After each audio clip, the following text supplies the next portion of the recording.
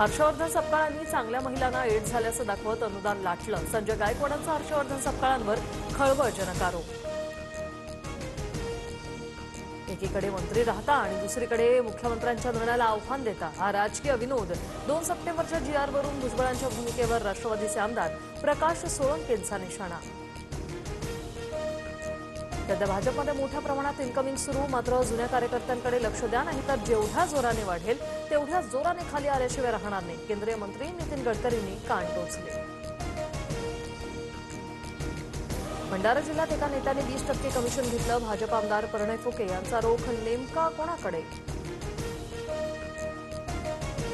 मुंबई महापालिकेसाठी भाजपकडून 150+ टार्गेट. मुंबई पालिकेत वर्चस्व प्रस्थापित करण्यासाठी भाजपकडून आखणी. ठाण्यात ठाकरेंच्या शिवसेनेकडून महायुतीला डिवचणारे बॅनर. जिथे फायदा तिथे युती करू, बॅनरमधून महायुतीला टोला. जैन बोर्डिंग जमिनीचा व्यवहार चुकीचाच. खरेदी खताच्या अगोदरच गहाणखत झालं. आरटीए कार्यकर्ते विजय कुंभारांची थेट मोदींकडे तक्रार. मोहोळांच्या सहकार खात्याअंतर्गत मल्टीस्टेट बँकेने कर्ज दिल्याचाही दावा.